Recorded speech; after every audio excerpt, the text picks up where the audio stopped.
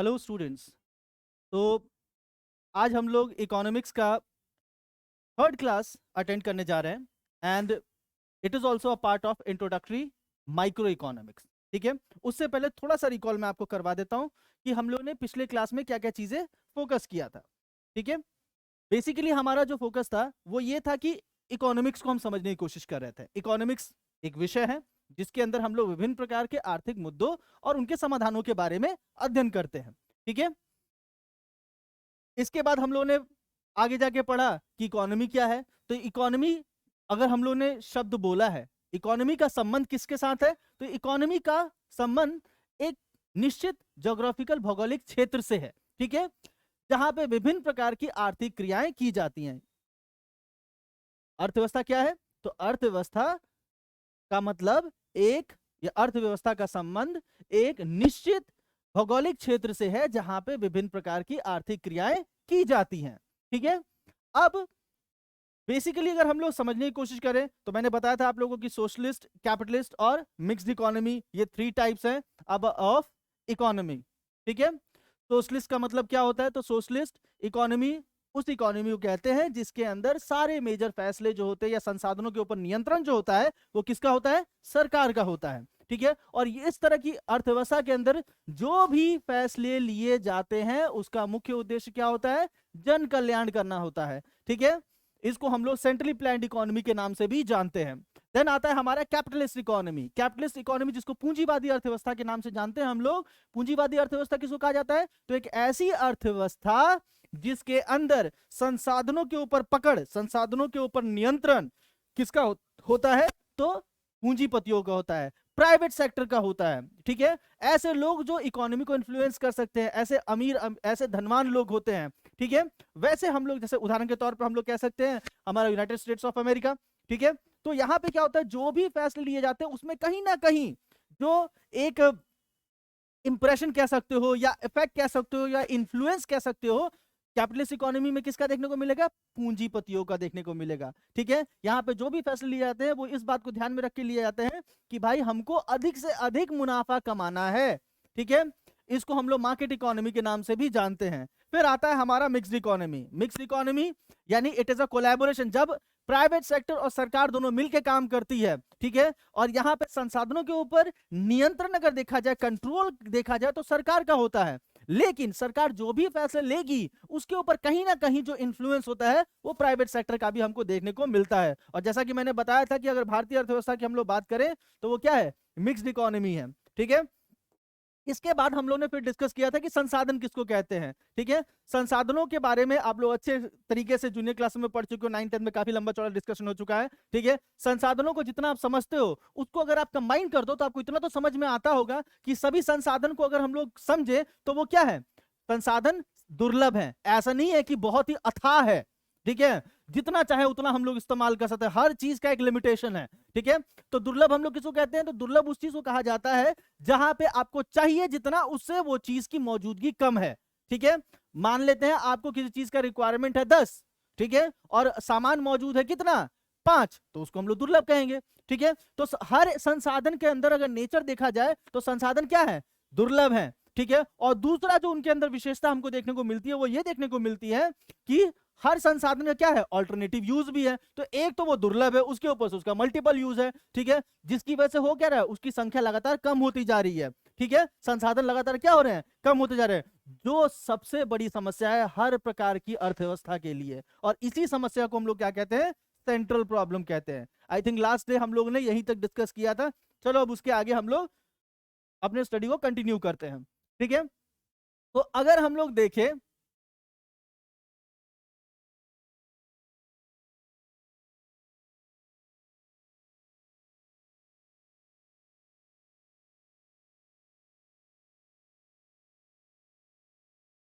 तो जैसा कि मैंने बताया कि संसाधनों के दुर्लभ होने की वजह से और संसाधनों के ऑल्टरनेटिव यूज होने की वजह से जो समस्या आती है उसको हम लोग क्या कहते हैं? सेंट्रल प्रॉब्लम कहते हैं। और ये सेंट्रल प्रॉब्लम में क्या क्या चीजें आती हैं? इसमें आती हैं आपकी व्हाट टू प्रोड्यूस, दूसरा आता है आपका how to produce, and third one is for whom to produce. ठीक है, क्या उत्पादित करें, किसके लिए उत्पादित करें और कैसे उत्पादित करें, क्या बनाए, कैसे बनाए और किसके लिए बनाए। भाई ये एक समस्या है जिसका सामना हर प्रकार की अर्थव्यवस्था को करना पड़ता है, चाहे वो सोशलिस्ट हो, कैपिटलिस्ट हो या मिक्स्ड इकोनॉमी हो। ठीक है, उदाहरण मैं आपको देता हूं।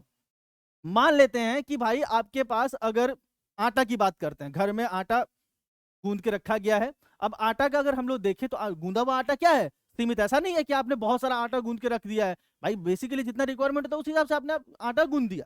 ठीक है, अब यहाँ पे घर के अंदर कुछ लोग बोल रहे हैं कि भाई हमको रोटी खाना, कुछ बोल रहा है हमको पराठा खाना, कुछ बोल रहा है हमको पूरी खाना है। ठीक है, तो रिक्वायरमेंट तो सबका अलग अलग है, राइट, रिक्वायरमेंट तो सबका अलग अलग है। अब यहाँ पे सबसे बड़ी समस्या आपके लिए ये है कि भाई इस सीमित आटे के इस्तेमाल से हम क्या बनाएं, क्या रोटी बनाए, पराठा बनाए, पूरी बनाए या क्या बनाए। ठीक है, कि मैक्सिमम से मैक्सिमम जो मेरा घर के लोग हैं उनके रिक्वायरमेंट को पूरा कर सके। तो इसको हम लोग क्या कहते हैं, व्हाट टू प्रोड्यूस। यानी सिंपली हम लोग कह सकते हैं कि क्या उत्पादित करें, इसका संबंध बेसिकली किस चीज के साथ है, इसका संबंध है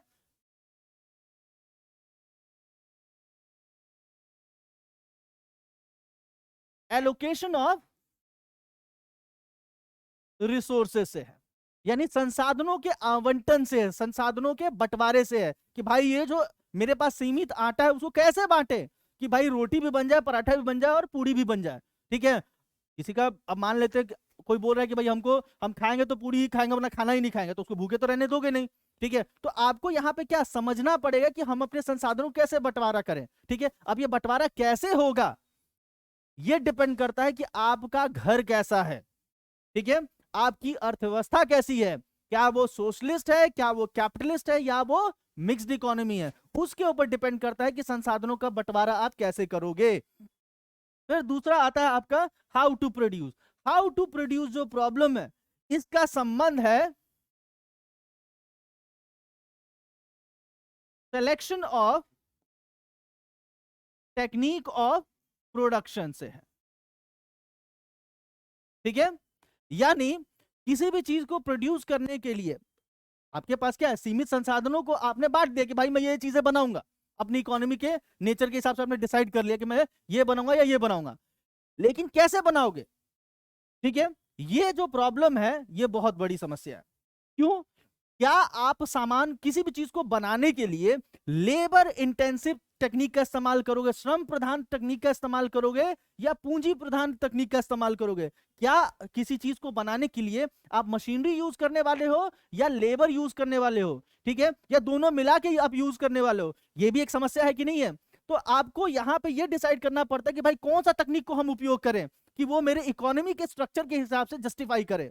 तो उसको हम लोग क्या कहते हैं, हाउ टू प्रोड्यूस कहते हैं। फिर आता है फॉर whom टू प्रोड्यूस। ये जो समस्या है इसका संबंध है distribution of prepared goods and services. यानी जो आपने बना लिया है, बन के तैयार हो, भाई आपने पहले वाले में डिसाइड किया कि मैं संसाधन जो सीमित है उसके इस्तेमाल से क्या बनाऊंगा, कैसे बनाऊंगा, अब बन के तैयार तो हो चुका है। अब आपके सामने समस्या यह है कि हमारे देश के अंदर, हमारी अर्थव्यवस्था के अंदर हर तरह के लोग पाए जाते हैं। ठीक है, सबका जो आय है वो सेम तो है नहीं, we have unequal distribution of income. तो यहां पे समस्या यह है कि हमने जो सामान बनाया है वो कैसे उन लोगों तक पहुंच जाए जिसके लिए वो सामान बना है, उसको हम लोग कहते हैं फॉर whom टू प्रोड्यूस। तो ये जो तीन समस्या है इसको थोड़ा सा एक बार और समझ लेते हैं। How to produce is a problem which is related with allocation of resource, यानी क्या उत्पादित करे इसका संबंध संसाधनों के आवंटन से है। इसके तहत हर अर्थव्यवस्था को यह जस्टिफाई करना पड़ता है, ये चुनना पड़ता है, ये फैसला लेना पड़ता है कि भाई हमारे पास जो स्कार्स रिसोर्स है, हमारे पास जो सीमित संसाधन है, उसके इस्तेमाल से हम क्या बनाएंगे। फिर आता है how to produce. How to produce is a problem which is associated with selection of technique of production, यानी किसी भी चीज को प्रोड्यूस करने के लिए, उत्पादित करने के लिए हमारे पास श्रम प्रधान तकनीक है, हमारे पास पूंजी प्रधान तकनीक है, हम लोग लेबर इस्तेमाल कर सकते हैं, हम लोग कैपिटल यानी मशीनरी इस्तेमाल कर सकते हैं, या दोनों इस्तेमाल कर सकते हैं। कौन सा इस्तेमाल करें कि हमारे इकोनॉमिक स्ट्रक्चर के हिसाब से वो सही हो, इस प्रॉब्लम को कहते हैं हम लोग how to produce. And for whom to produce is a problem which is associated with distribution of prepared goods and services. यानी किसके लिए उत्पादित करें, ये जो समस्या है ये संसाधनों के बंटवारे से यानी उत्पादित वस्तुओं एवं सेवाओं के बंटवारे से संबंधित है। क्यों? क्योंकि हर एक अर्थव्यवस्था में लोगों की जो आय है वो क्या होती है, असमान होती है। तो ये जो प्रॉब्लम है ये हमारा कहलाता है सेंट्रल प्रॉब्लम। अब हम लोग ये समझेंगे कि अलग अलग अर्थव्यवस्था के अंदर इन समस्याओं का निवारण कैसे किया जाता है। ठीक है, तो बेसिकली अब हमारा जो फोकस है वो है सॉल्यूशंस की तरफ, सॉल्यूशंस ऑफ सेंट्रल प्रॉब्लम। जैसा कि मैंने स्टार्टिंग में बताया था कि भाई इकोनॉमिक्स का संबंध केवल समस्या के बारे में पढ़ने का नहीं है, इसमें समाधान के बारे में भी हम लोग पढ़ते हैं। तो यहां पे हम लोग क्या करेंगे, समस्या तो हमने पढ़ लिया, अब हम लोग पढ़ेंगे समाधान के बारे में। तो आपको पता है कि सेंट्रल प्रॉब्लम में क्या क्या चीजें आता है। इसमें आता है आपका, एक मिनट, तो इसमें आता है, ये हो गया हमारा प्रॉब्लम्स। ठीक है,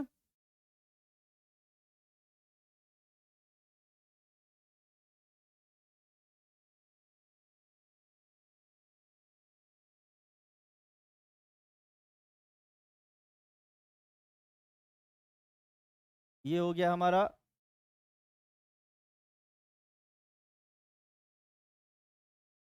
सोशलिस्ट इकोनॉमी। ठीक है, इसके बाद हो गया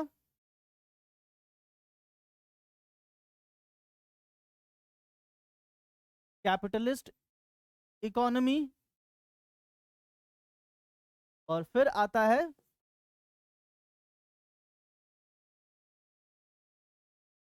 मिक्स्ड इकोनॉमी। ठीक है, ये तीन हमारे अर्थव्यवस्था के टाइप हो गए, सोशलिस्ट, कैपिटलिस्ट और मिक्स्ड इकोनॉमी। प्रॉब्लम्स में क्या क्या हम लोग ने पढ़ा है, तो प्रॉब्लम्स में है हमारा what to, how to, and then आता है हमारा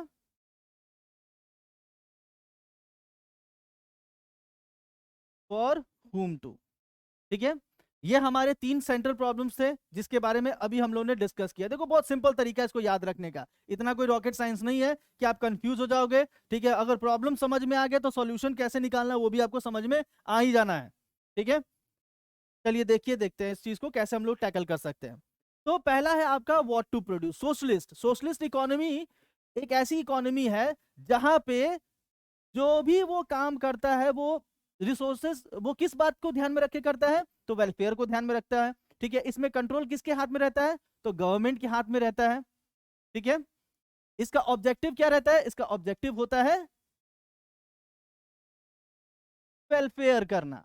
वहीं दूसरी ओर कैपिटलिस्ट इकोनॉमी किसको कहा जाता है, तो एक ऐसी इकोनॉमी जिसके ऊपर इन्फ्लुएंस कह सकते हो या पकड़ कह सकते हो या मैनिपुलेशन भी कहा जा सकता है या बेसिकली कंट्रोल भी कह सकते हो यहां पे। ठीक है, ये किसका होता है, तो प्राइवेट लोगों का होता है, यानी कैपिटलिस्ट लोगों का होता है।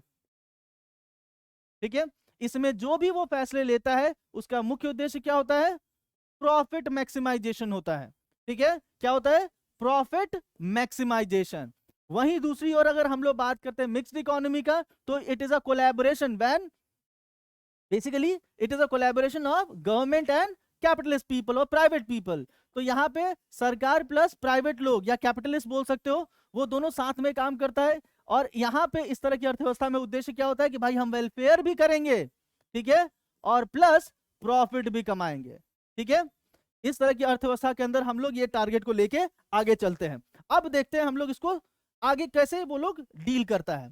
ठीक है, तो देखिए क्योंकि सोशलिस्ट इकोनॉमी है, ठीक है, यहां पे उद्देश्य क्या है, वेलफेयर करना है। तो ये व्हाट टू प्रोड्यूस यानी जो भी सीमित संसाधन उसके पास मौजूद है उसके इस्तेमाल से वो उन चीजों को बनाएगा which are highly needed in the society.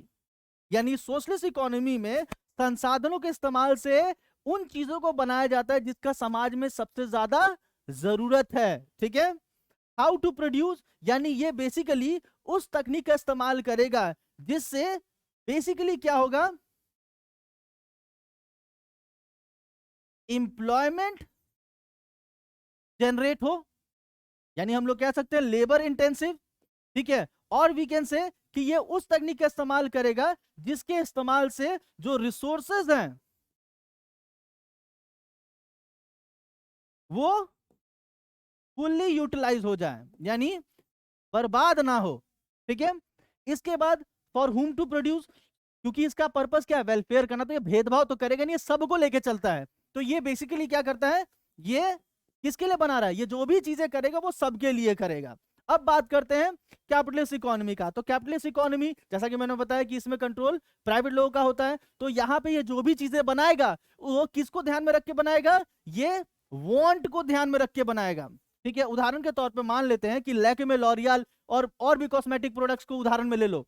ठीक है, ये प्राइवेट लोग हैं, ये जो भी सामान बनाता है वो किसको ध्यान में रख के बनाता है, ये ध्यान में रख के बनाता है अपर क्लास को। ठीक है, तो वो देखता है कि उसका डिमांड क्या है, ऐसी कौन सी चीज है जिसको सबसे ज्यादा लोग चाहते हैं। ठीक है, वांट क्या हो, डिमांड का हो। ठीक है, तो ये अपने पास जो सीमित संसाधन है, ठीक है, उदाहरण के तौर पे इसको ऐसे भी समझो कि मान लेते हैं कि आप समोसा या लिट्टी चोखा का दुकान चला रहे हो। ठीक है, अब आपके पास जो भी मटेरियल है, उस मटेरियल से आप लिट्टी बनाओगे कि समोसा बनाओगे, किस बात पे डिपेंड करता है, ये आप इस बात पे सोचोगे कि भाई बिकता क्या है ज्यादा। तो आप संसाधन का जो इस्तेमाल कर रहे हो वो किस आधार पे कर रहे हो, वांट के आधार पे कर रहे हो, डिमांड के आधार पे कर रहे हो।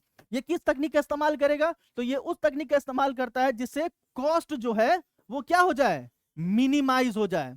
ठीक है, यानी बेसिकली वो एक बार में पैसा इन्वेस्ट करके कोशिश करेगा कि भाई हम लोग क्या करें, पूंजी प्रधान तकनीक का इस्तेमाल करें।